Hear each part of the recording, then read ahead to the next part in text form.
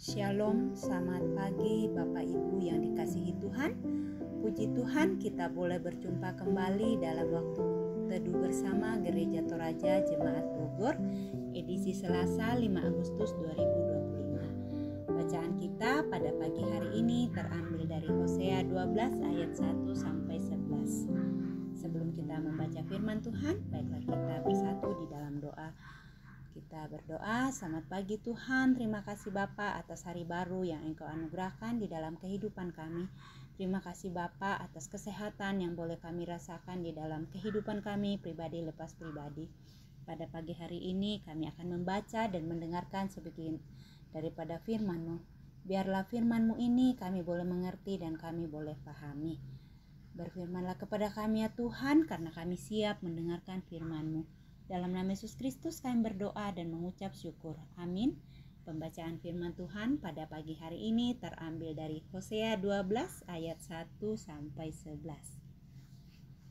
Hosea 12 ayat 1 sampai 11. Lembaga Alkitab Indonesia memberikan judul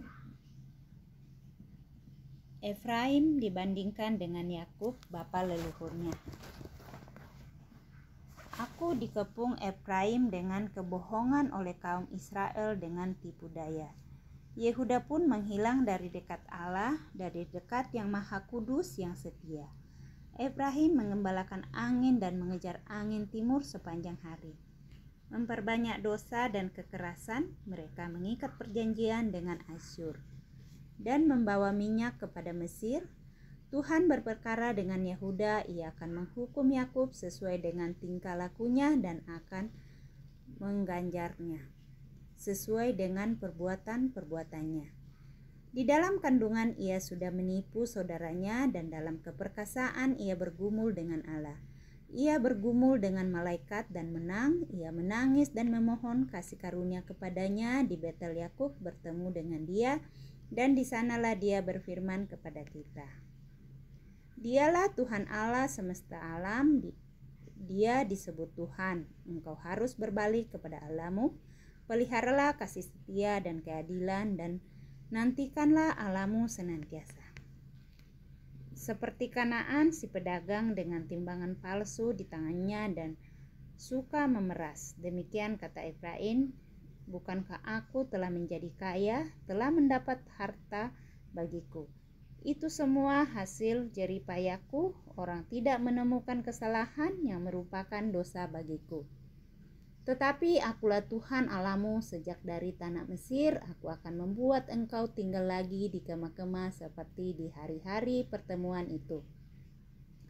Aku telah berbicara kepada para nabi, memberi banyak penglihatan dan dengan perantaraan para nabi, aku menyampaikan perumpamaan. Demikian pembacaan firman Tuhan. Amin.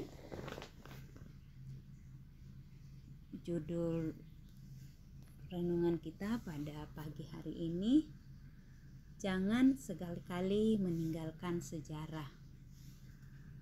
Jas merah, jangan sekali-kali meninggalkan sejarah adalah sebuah semboyan yang disampaikan Presiden pertama Republik Indonesia, yaitu Insinyur Soekarno.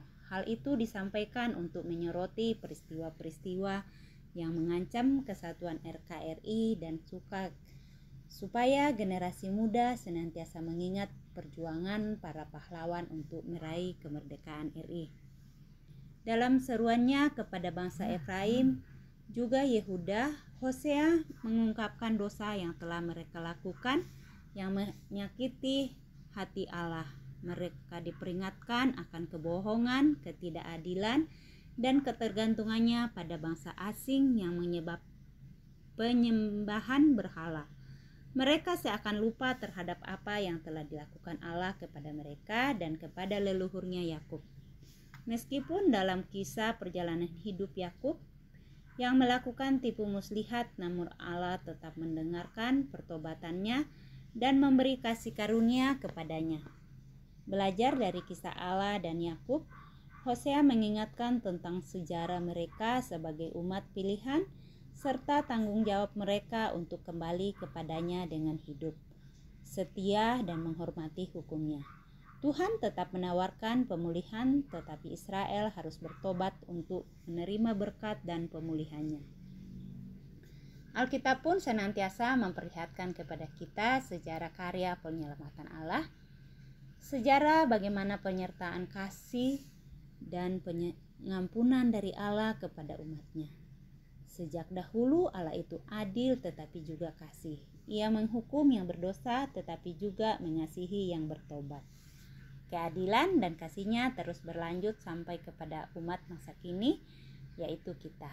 Karena kita jangan pernah melupakan Allah yang sudah dan akan terus memelihara umatnya, serta terus menuntun kita pada pertobatan yang sesungguhnya kepadanya. Amin.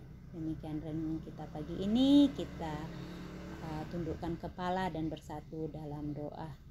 Tuhan, kami bersyukur buat firman-Mu yang pada pagi hari ini boleh mengingatkan kami untuk kami tidak melupakan Engkau Bapa, untuk kami boleh terus memelihara umat-Mu dan kami boleh menuntun pada pertobatan yang sesungguhnya. Biarlah Engkau Tuhan yang akan memampukan kami di dalam kehidupan kami pribadi lepas pribadi. Tuhan, pada saat ini kami berdoa untuk pemerintahan kami mulai dari pusat sampai ke pelosok tanah air. Biarlah Engkau ya Tuhan yang akan memberikan hikmat dan kebijaksanaan di dalam memimpin negara kami.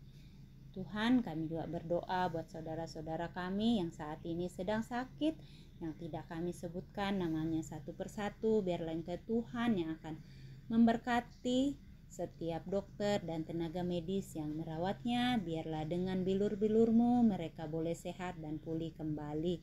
Kami juga berdoa ya Bapa untuk jemaat-Mu yang sedang berduka. Tuhan Engkau hiburkan dan kuatkan.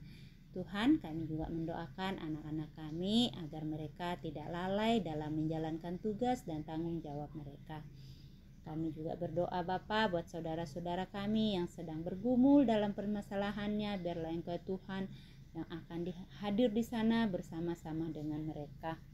Tuhan, kami juga berdoa buat jemaat-Mu yang sedang berulang tahun. Engkau tambahkan berkat-Nya, berikan kesehatan dan sukacita. Kami juga mendoakan orang tua kami yang dalam masa tuanya. Biarlah mereka senantiasa diberikan kesehatan dan kenyamanan dalam menjalani hari-hari indah mereka. Jikalau ada orang tua kami yang sakit, Tuhan Engkau sembuhkan dan pulihkan. Inilah doa dan ungkapan syukur kami. Dalam nama Yesus Kristus kami berdoa dan mengucap syukur. Amin. Demikian saat teduh kita pada pagi hari ini. Tuhan memberkati. Selamat beraktivitas.